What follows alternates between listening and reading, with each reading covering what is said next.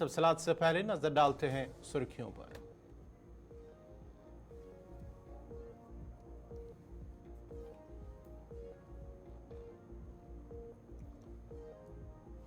जम्मू कश्मीर में मुस्तकिल तौर अमन की वापसी तक पाकिस्तान के साथ बातचीत नामुमकिन, अमित शाह का जम्मू में बयान।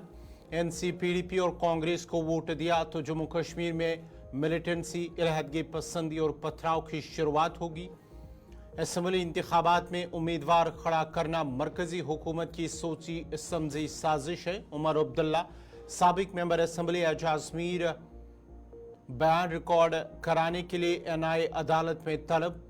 इंतखाबी मुहिम की कदीम रिवायात से हटकर भाजपा ने हेलीकॉप्टर सर्विस के जरिए इंतखाबी मुहिम शुरू कर दी।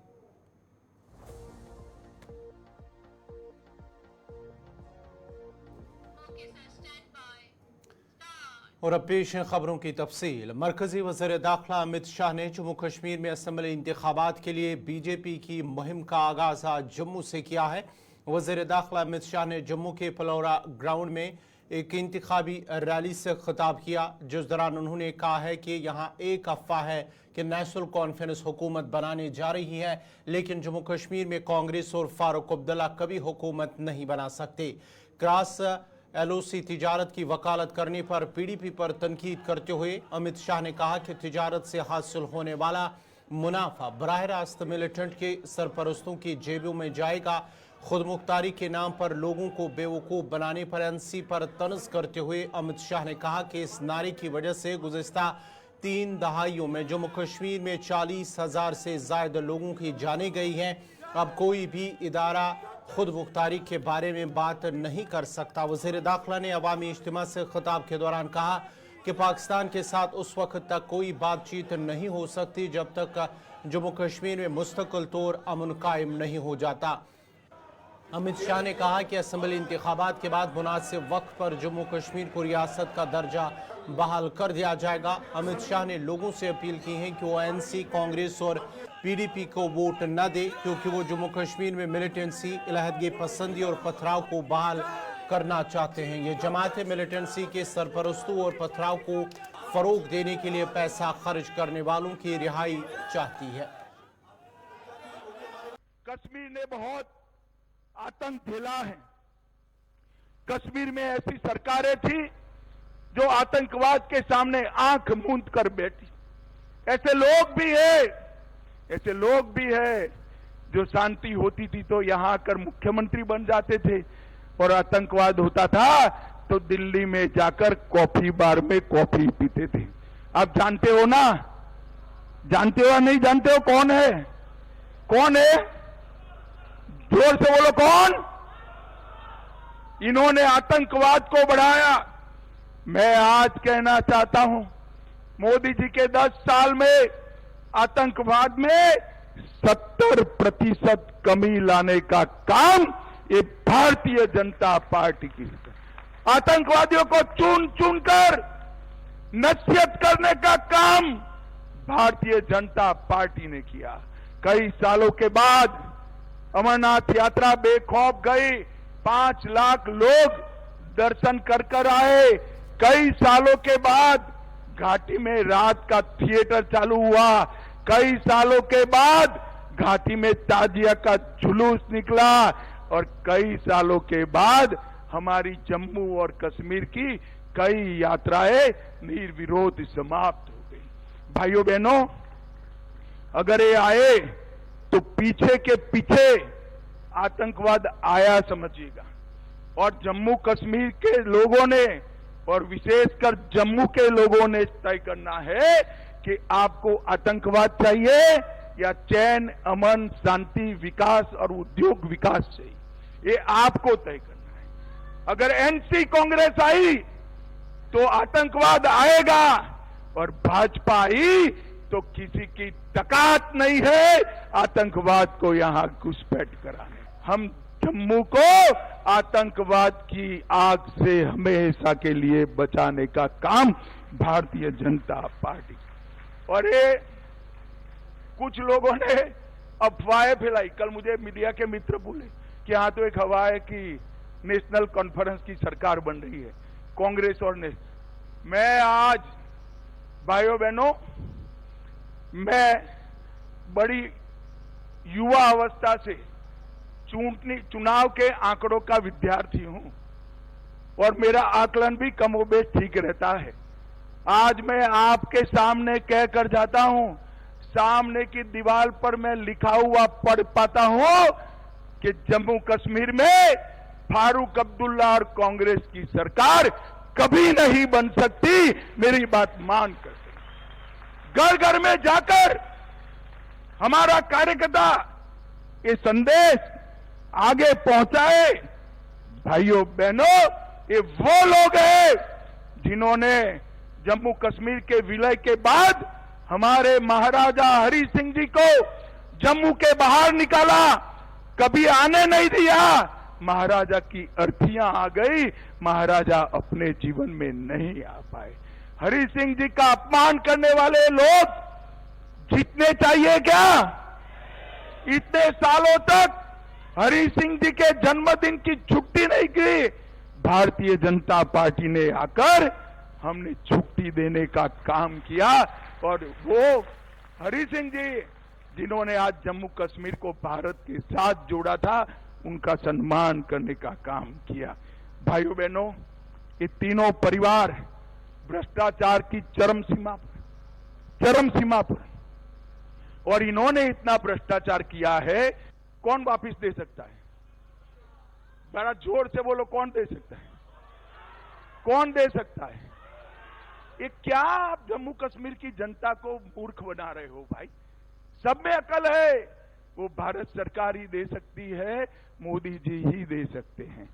अब आगे सुनिए, मैंने खुद कहा है कि चुनाव के बाद उचित समय पर जम्मू कश्मीर को राज्य का स्टेटस हम वापस देंगे। और आम सभा में नहीं कहा है, हमने पार्लियामेंट में कहा है। जो चीज हमने दे ही दी है, इसको ये मांग रहे हैं। बताइए भाई, ऐसा कभी देखा है क्या? अरे भाई, मेरा 5 अगस्त 6 अगस्त का भाषण सुन लो। उसमें मैंने कहा है चुनाव के बाद उचित समय पर जम्मू कश्मीर को हम फिर से यूटी से राज्य बनाने का काम करेंगे। राहुल गांधी। जम्मू कश्मीर अपनी पार्टी के सदर और शाहपुरा हल्के के उम्मीदवार सैयद अल्ताफ बुखारी ने आज भी शाहपुरा हल्के में इंतखाबी मुहिम को जारी रखा है। इस मौके पर जहां उन्होंने लोगों से उनके हक में वोट देने की अपील की है, वहीं उन्होंने कहा है कि मुहिम के दौरान लोगों की जानिब से मस्बत रद्द-ए-अमल भी सामने आ रहा है। उन्होंने कहा कि इंतखाबात जम्मू कश्मीर के लिए काफ़ी अहम है और इस इलेक्शन से लोगों के बेहतर मुस्तकबिल की भी उम्मीदें हैं। जो लोगों का इस इलेक्शन के तहत रवैया है, मुझे लगता है लोग बड़ा इंतज़ार कर रहे थे इसका। सियासी जमातें इसको कैसे देखते हैं, कैसे कहेंगे, और लीडरों का अपना नज़रिया, लोगों का ये है हमें राहत पहुंचेगी। अब लीडरों को पावर मिलता है नहीं मिलता है, वो उस चीफ मिनिस्ट्री में कोई ताकत होगी नहीं होगी, लोग चाहते हैं कि उनके अपने नुमाइंदे सामने आ जाए। और कहते हैं ना, छोटे बच्चे का पेट बिल्कुल थोड़ा सा दूध भी दे दो उसको, उससे भी भर जाता है। तो हमें जितना देंगे लोग, हमारा पेट उससे भी भर जाएगा। क्योंकि हमारे मैनिफेस्टो में मेन जो मानता हूँ मैं, वो है जो जनरल एमनेस्टी का हम कहते हैं। दूसरा पावर का है, जैसे सबका है। फिर 2 लाख जॉब्स के बारे में हमने कहा है, डेली वेजेस के बारे में हमने कहा है, हमने ओल्ड एज पेंशन बढ़ाने की बात की है, हमने मैरिज पेंशन बढ़ाने की बात की है, हमने दरबार मूव वापस करने की बात की है, हमने स्टेटहुड वापस की बात की है। लेकिन प्रमुख, जिसे मैं कहता हूँ प्रमुख है, जो हम आम माफी का ऐलान कराएंगे। देखो, फर्स्ट क्लास मैं नहीं कहूँगा कि नहीं, इट इज़ ऑल हॉन्की डॉन्क, बट ठीक है। लोग जानते हैं अल्ताफ बुखारी ने काम किया है, लोग मानते हैं अल्ताफ बुखारी ने काम किया है, लोग मानते हैं कि अल्ताफ बुखारी एक ईमानदार आदमी, रिमाइंडर वैल्यू है। सजेशंस भी होती है, क्यों लोग ही असल सजेशन देते हैं। So this is the constituency you are fighting for. So how important are these elections to win? This election is important for the erstwhile state of Jammu and Kashmir. This is to get back our identity. This is to show to people of India that we believe in democracy, but we have been wronged by government of India. This would be a clear message to BJP from Kashmiris that we do not like you. We do not approve of your actions. We do not want you to rule us. इंशाल्लाह जरूर करेंगे और हमें पता है central government से। Lal Chowk assembly हल्के से भारतीय जनता पार्टी के उम्मीदवार इंजीनियर एजाज हुसैन बालाहमी ने जीत का दावा करते हुए कहा है कि जिस तरह लोग पार्टी में शामिल हो रहे हैं उससे न सिर्फ जमीनी सतह पर पार्टी मजबूत हो रही है बल्कि पार्टी कारकुनों की कोशिश है कि उस मजबूती को असम्बली इंतखाबात में इस्तेमाल करके जीत में उससे तब्दील किया जाए। उन्होंने कहा है कि PDP, NC और कांग्रेस आवाम को गुमराह कर रही है। जिस तरीके से लोगों का रिस्पांस है और जिस तरीके से लोगों ने हमें सराहा पिछले 4 साल में और जिस तरीके से हमने काम किया, ये उसी की बदौलत है कि आज लोग जोग दर जोग हमारी पार्टी के साथ जुड़ रहे हैं और लोगों को एक उम्मीद की किरण नजर आ रही है। क्योंकि इन पार्टी ने जो रीजनल पॉलिटिकल पार्टीज हैं, इन्होंने आज तक लोगों के बहबूद के लिए कोई काम नहीं किया, उनके अपने परिवारों के लिए काम किया। मैं मानता हूँ ये एक बहुत राइट मौका है अपने लोगों को दिखाने के लिए और उन डायनास्ट पॉलिटिक्स को रिजेक्ट करने के लिए, और ऐसा मौका फिर हमारे लोगों को शायद ही ना आए। मैं इसीलिए अपने लोगों से इल्तिमास करूंगा कि अपने वोट का हक इस्तेमाल करें और उस ऐसे व्यक्ति को वोट दे जो आपके बीच में रहा होगा, आपके काम किया होगा। ऐसे व्यक्तियों को ना दे जो आपको सिर्फ बहकावे में लाएंगे, सिर्फ डराएंगे आपको भारतीय जनता पार्टी के नाम पे और आपका कोई काम नहीं करेंगे। और जिस तरीके से आज लोगों का रुझान भारतीय जनता पार्टी की ओर बढ़ रहा है और जिस तरीके से नई ज्वाइनिंग्स हो रही है, मैं मानता हूँ ये बहुत बड़ी एक उपलब्धि है हमारे लिए, बहुत बड़ी एक जीत है।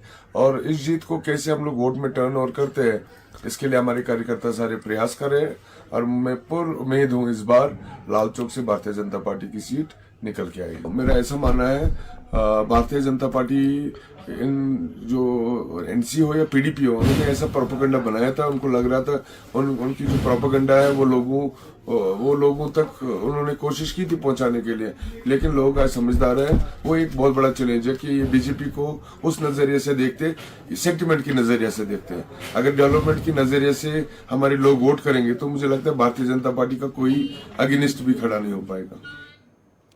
खानसा बडगाम के भाजपा उम्मीदवार अली मोहम्मद मीर ने आज इंतखाबी मुहिम के दौरान घर घर जाकर लोगों से वोट मांगा। उन्होंने अपने हामियों समेत खाउरा, पारन्यू, वागोरशोर और दीगर इलाकों में जाकर लोगों से अपील की है कि आने वाले असेंबली इंतखाबात के दौरान उनके हक में वोट दें। 350 सिक्के में केंद्र की ओर से लाए हैं, उसके आधार पर हम घर घर जा रहे थे। हर एक औरत, खासकर औरतें हमें रेस्पॉन्स देते हैं कि नहीं जी, मोदी जी ने औरत के लिए बहुत अच्छा काम किया है और बहुत अच्छी पैकेज रखी है और औरतों का इज्जत शान और वकार जो रखा है, हम उसलिए भारतीय जनता पार्टी को वोट देंगे। बार बार बोला कि 370 भारतीय जनता पार्टी ने नहीं तोड़ दिया। 370 यहाँ के रीजनल पार्टियों ने तोड़ डाला है, जिन्होंने 40 साल से उन्होंने उस 370 की ध्वजा उड़ाई है। आज वो लोग उस पर टिप्पणी करें, अच्छा नहीं लगता है। मैं उन ताकतों को आपके माध्यम से बात कहना चाहता हूं, जिन लोगों ने यहाँ 280 फैमिलियां बसाए 40 साल से 30 साल से, उसमें चाहे आत्माराम हो, चाहे उसमें हल्दीराम हो, चाहे उसमें कस्तूरी लाल हो, ये 380 फैमिलियां हैं जो 30 साल, 35 साल, 40 साल से यहाँ रिहाइश पजीर है। इनको स्टेट सब्जेक्ट दिया गया है। क्या वो भारतीय जनता पार्टी ने किया? जिन ताकतों ने 370 को जमीन बोस किया, वो लोग आज भारतीय जनता पार्टी को कसूरवार ठहराए हैं। ये अच्छी बात नहीं है। अगर 370 वाकई ताकतवर होता, वो नहीं टूटता। जो चीज कत्ल किया गया, जो इंसान कत्ल किया गया, वो इंसान कभी जिंदा नहीं हो सकता। त्राल असम्बली हल्के से PDP के उम्मीदवार रफीक अहमद नाइक ने आज पिंगलिश, रटसुना, कोयल, शिकारगा और दीगर मुल्हिका इलाकों में इंतखाबी रैली निकाली, जिसमें उन्होंने लोगों से उनके हक में वोट डालने की अपील की है। इस दौरान उनके हमरा PDP के कई लीडरान, जिनमें जोनल सदर कुतुबुद्दीन, सीनियर लीडर अब्दुर्रशीद शेख और लतीफ़ अहमद भी मौजूद थे। इस मौके पर रफीक अहमद नाइक ने लोगों की आवाज़ बुलंद करने में पार्टी सदर महबूबा मुफ्ती के किरदार पर रोशनी डाली और यकीन दिलाया कि अगर वो इक़्तिदार में आते हैं तो त्राल में बड़े पैमाने पर तरक्की होगी। कंपटीशन ही कोई नहीं, लोग उनके साथ नहीं जा रहे हैं, मेरे साथ जुड़ रहे हैं, तभी तो फ्रस्ट्रेशन है दूसरे कैंपों में। आप देखिए इलेक्शन कमीशन के पास रोज़ मेरे खिलाफ कंप्लेंट होते हैं, लेकिन मेरी पार्टी की तरफ से कोई कंप्लेंट नहीं जा रही है। जो जीतता है वो कभी ना अंपायर की फैसले पे उंगली उठाता है, न किसी फैसले पर। जीतने वाला हमेशा जीतता है, वो इधर उधर नहीं देखता है। देखिए, ये सही है, ये वोटर ने अपना मन बनाया होता है, कैंडिडेट वहाँ जाते हैं। मैं भी गांव में जाता हूँ, मेरे जो प्रतिनिधि है वो भी गांव में जाते हैं, लेकिन फिर देखना होता है जो भीड़ होती है, जहाँ लोगों का आप देख रहे हैं जज्बा। एक बंदा मेरे बाप कहता था मुझे मेरा काम नहीं हुआ, लेकिन मेरे साथ था, मेरे गले मिला, कहा फिर भी हम वोट आप को देंगे। ये क्या इंडिकेट करता है? ये इंडिकेट यही करता है इन्होंने मन बनाया है कि अब हम इन्हीं को वोट देंगे। आप नहीं देख रहे औरतें, मर्द, जवान सब जुड़ रहे हैं, तो मैं यकीन करूंगा यही आगे चलेगा ट्रेंड, ये पोलिंग बूथ तक यही ट्रेंड जाएगी। जी, डेवलपमेंट क्यों नहीं हुई? मुझे आप बताएं क्यों नहीं हुई? डेवलपमेंट तो हुई है, क्यों नहीं हुई? सब आपने अच्छी बात कही। देखिए, पहले आपने पूछा 70 साल से डेवलपमेंट नहीं होती तो हम इस रोड पे कैसे चलते? किसी ने पहले बनाया है, फिर दूसरा आया उसने मैगडम डाला, तीसरा आया उसने और इसको वाइडनिंग दी। काम हो गया है, लेकिन देखना है कि काम का इनिशिएटिव कहाँ से हुआ। ये सिर्फ 67 से हुआ, जब से मेरे वालिद साहब असम्बली मेंबर में। उन्होंने पहले प्राइमरी स्कूल बनाया, फिर अपने दौर में इसको हायर सेकेंडरी बनाया, तो आप आ गए तो आपने इसको क्लास बढ़ा दिया। लेकिन देखना है पहले मकान का प्लिंथ किसने बनाया है, एक बात होगी। दूसरी बात आपने कही कि यहाँ पे जो रोड ये है अपना बहाब साहब खीव रोड और ये बटनूर पहलगाम रोड, ये नेसेसिटी है, वक्त की ज़रूरत है। गवर्नमेंट ने अगर कुछ इसमें बैरिकेड्स लगाए हैं, कुछ उन्होंने इकोलॉजी का, कोई फॉरेस्ट डिपार्टमेंट का, हम उनसे बात करेंगे, बैठेंगे। ये वक्त की ये ज़रूरत, एक दिन उनको समझाना है। जो तभी मैं कहता हूँ बातें समझाने का अपना अपना तरीका है। मैं उनको ऐसा तर्क दूंगा कि वो मजबूर हो जाएंगे ये दो रोड बनाने के लिए। बस इनको सिर्फ समझाना है। शालटेंग श्रीनगर से जम्मू कश्मीर अपनी पार्टी के उम्मीदवार जफर हबीब ने इंतखाबी मुहिम के दौरान आज जैनाकोट HMT का दौरा करते हुए घर घर जाकर लोगों से उनके हक में वोट डालने की अपील की है।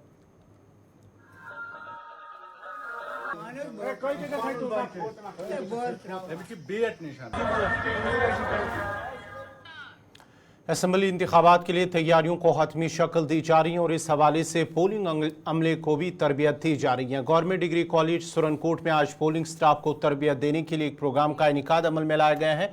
तरबियत डिस्ट्रिक्ट का और असम्बली लेवल मास्टर ट्रेनर्स ने फराहम की है। इस तरबियत में 175 मुलाजमीन ने शिरकत की है और इस मौके पर रिटर्निंग ऑफिसर और दीगर अफसरान भी मौजूद थे। इसमें अच्छे से बिल्कुल जैसे पिछली बार भी आपको पता है कि हमने पार्लियामेंट में भी होम वोटिंग का जो प्रोसीजर था वो पहली बार ACI की तरफ से शुरू किया गया। तो इस बार भी चूँकि असेंबली इलेक्शन है तो आप समझते हैं कि एक एक वोट की वैल्यू है, एक एक वोट कीमती है, कैंडिडेट्स के लिए भी और वोटर के लिए भी। तो इस बार भी वो प्रोसीजर अडॉप्ट करते हुए हम फिर जो है वो होम वोटिंग के लिए हमारी टीमें तैयार हो रही हैं। आज ये हमारा सेशन चल रहा है ट्रेनिंग का, हमारे DLMT हमारे LMT उनको ट्रेनिंग दे रहे हैं।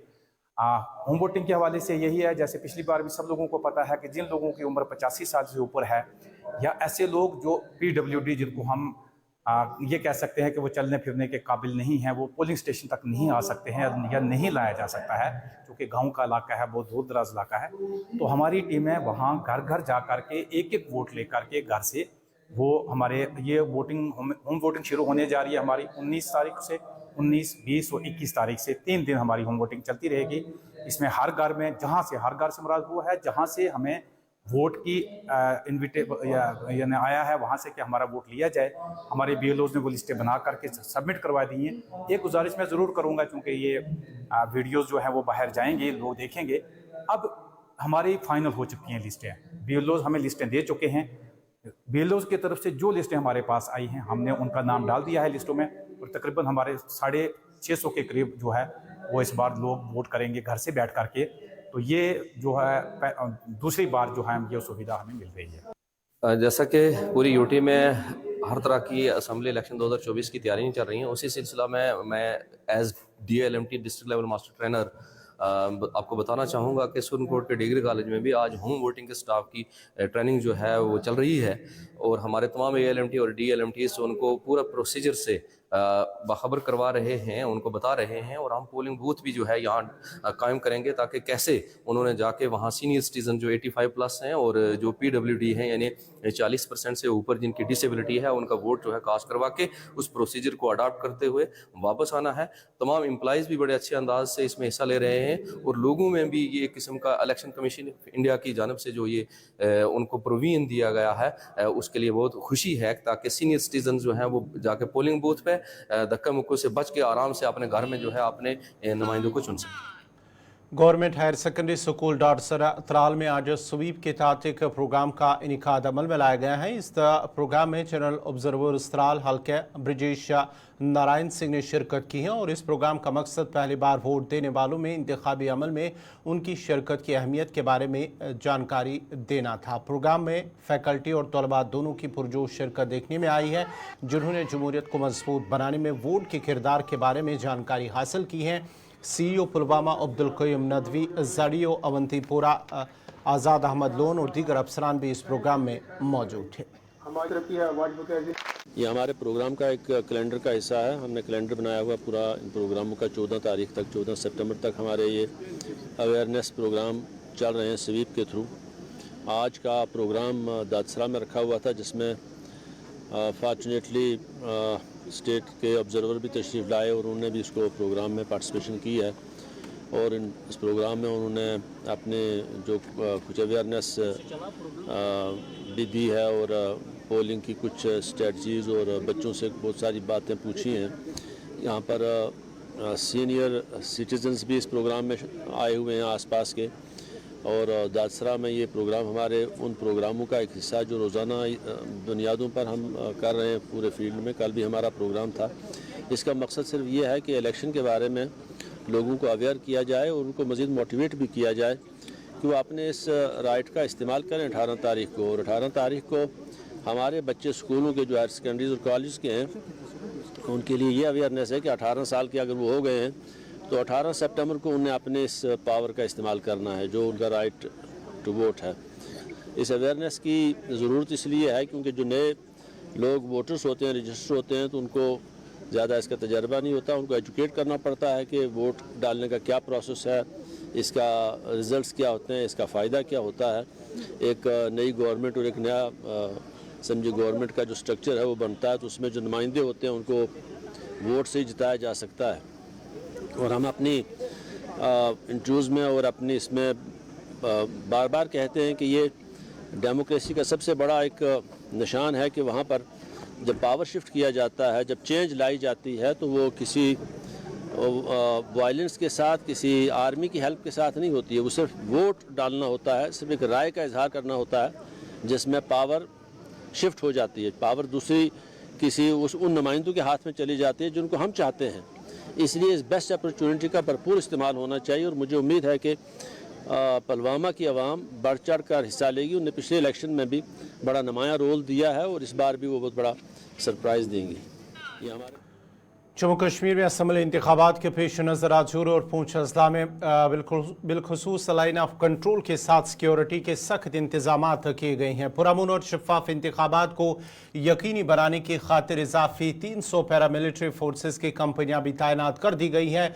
जम्मू में लाइन ऑफ कंट्रोल और बैन अवी सरहद पर इलेक्शन के पेश नज़र हाई अलर्ट जारी किया गया है। पैरामिलिट्री फोर्सेस की 300 कंपनियों के साथ साथ फौज, BSF और CRPF के दस्तों को भी जगह जगह तैनात कर दिया गया है। मुतअद्दिद मकामात पर फोर्सेस की जानिब से नाके लगाए गए हैं, जहां गाड़ियों की बारीक बीनी से तलाशी ली जा रही है और गाड़ियों में सवार अफराद के शनाख्ती कार्ड और दीगर सामान भी चेक किया जा रहा है, जिसके बाद ही उन्हें आगे जाने की इजाज़त दी जा रही है।